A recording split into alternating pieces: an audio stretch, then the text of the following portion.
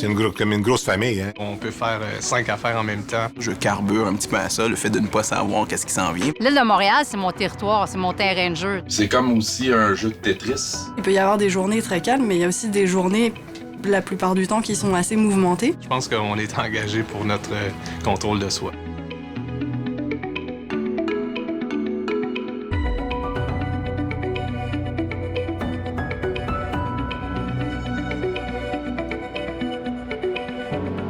Je m'appelle Denis Dufault. Je travaille à Legendre depuis déjà 9 ans.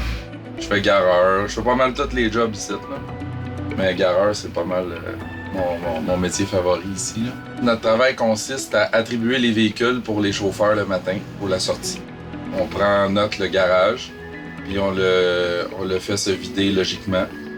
Moi, quand j'arrive, en fait, ce que je fais, c'est que je récupère tous mes documents. Je pars pendant 1 heure marcher, prendre tous les numéros un par un, dans l'ordre où ils sont stationnés. Et là, je les décortique un à un avec un autre document qui explique que cet autobus-là est fait pour faire un petit kilométrage ou un long kilométrage. Parce que les autobus sont pas ravitaillés tous les jours. Ils sont ravitaillés au kilométrage. Fait qu'un par un, je les démystifie toutes avec la planification de la shop parce que moi, je les fais rentrer à l'heure qu'ils veulent les avoir. Ça, c'est le rôle du gareur, de voir à ce que chaque mécanicien ait leur autobus à l'heure demandée. Mon nom, c'est Alberto Ruggiero et je travaille à Legendre comme commis. Commis, nous autres, on part le matin à 4 heures, on ouvre le garage et les chauffeurs peuvent venir chercher leur boss en faisant un sign-in où ils disent le boss dans le garage. Moi, j'appelle ça qu'on est comme des pompiers. On gère des situations un après l'autre. Des fois, il y a un gars qui est malade, on le gère tout de suite, on le gère pour le service, on garde le service sur la route, on gère, on le remplace. Des fois, du monde qui tombe malade sur la route, des pannes sur la route, ça peut être plein de choses différentes. Mon nom, c'est Dave Charles, chef régulateur au centre opérationnel principal de la STM. Maintenant 10 ans à la STM. Ce que le régulateur fait dans son travail de tous les jours, c'est-à-dire prendre en charge les différentes situations sur le réseau et d'essayer de tenir informés les chauffeurs ainsi que la clientèle de ce qui est en train de se produire en temps réel et d'essayer d'apporter aussi des modifications à l'offre de service pour s'assurer d'offrir un service le plus fluide et le plus fiable possible pour la clientèle. Puis en tant que chef régulateur, mais c'est sûr, je suis là pour encadrer justement ce travail-là, m'assurer que les choses qui doivent être faites sont faites et surtout d'établir un lien avec la haute direction. C'est sûr qu'on n'est pas sur le terrain, mais je suis au courant d'à peu près tout ce qui se passe au niveau du réseau de la surface de la STM. Les interventions qui sont données aux chefs d'opération, mais ça part d'ici. La sortie des véhicules est coordonnée à partir d'ici. La gestion de la remorque. Les appels qui nous viennent de nos partenaires externes, comme la Ville de Montréal, le SPVM, mais ça rentre ici et c'est nous qui déployons les ressources nécessaires sur le terrain pour couvrir ces incidents-là. Ça bouge, c'est jamais la même chose. On sait pas qu'est-ce qui nous attend, mais on sait qu'il va y avoir de l'action. Je suis Pascal Vaillancourt, régulateur depuis 2 ans et demi maintenant. J'étais anciennement chauffeur pendant 11 ans.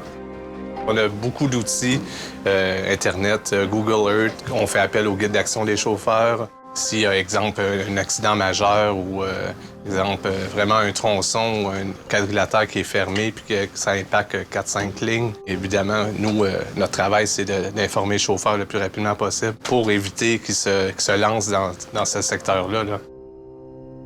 Donc, une fois que la situation est réglée et que tout a été communiqué via nos systèmes, le système transit et tout, on communique l'information aux conseillers info-clientèle qui, eux, après, diffusent dans les réseaux sociaux l'information à tous nos usagers. Alors moi, je suis Hélène Baron, donc conseillère en information clientèle et réseaux sociaux.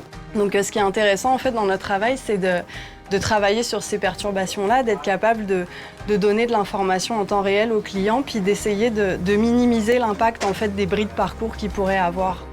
On a 9 outils d'information pour la clientèle, donc qui présentent soit les horaires en temps réel ou qui présentent aussi des messages qu'on peut pousser pour les clients. On a évidemment le site web, les applications mobiles, on peut envoyer des alertes pour savoir quels arrêts sont déplacés ou annulés ou s'il y a des événements particuliers. Et un des outils qu'on aime beaucoup, c'est Twitter, parce que ça nous permet d'avoir le pouls de la clientèle vraiment en direct. C'est un outil rétroactif finalement.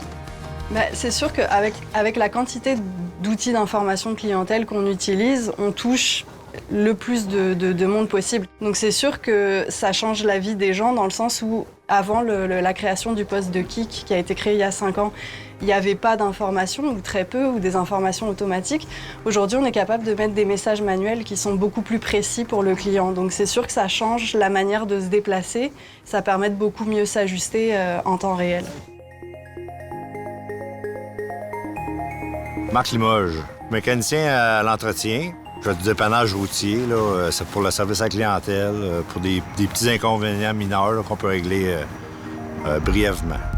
En fait, je reçois un appel de la base radio. Là, il me donne un point de rendez-vous. Moi, je vais aller sur là-bas, déterminer c'est quoi le problème. Si je peux faire l'intervention rapidement, je vais la faire. On va essayer d'y aller, puis on va essayer d'éviter un remorquage. C'est Tom Crane. Je suis chef d'opération depuis plus de 7 ans. On s'occupe des chauffeurs, on s'occupe de tout ce qui est les autobus. Et puis, nous, on a une équipe de chauffeurs qui est attitrée. On répond à toutes les urgences, que ce soit les détours, les agressions, un boss en panne, tout ce qui se passe sur les réseaux, on est là. Le chauffeur va appeler au centre de contrôle, un régulateur va prendre l'appel et puis il va regarder sur la cartographie quel chef d'opération qui est le plus près de l'événement. À ce moment-là, lui, il va nous appeler, puis nous, on va se déplacer justement pour aller donner le détour en question, annuler des arrêts, faire une modification, peu importe du trajet. Le but premier, c'est le service à la clientèle. On veut que les gens partent du point A, se rendent jusqu'au point B en toute sécurité et le plus rapidement possible. Ça fait partie de notre travail.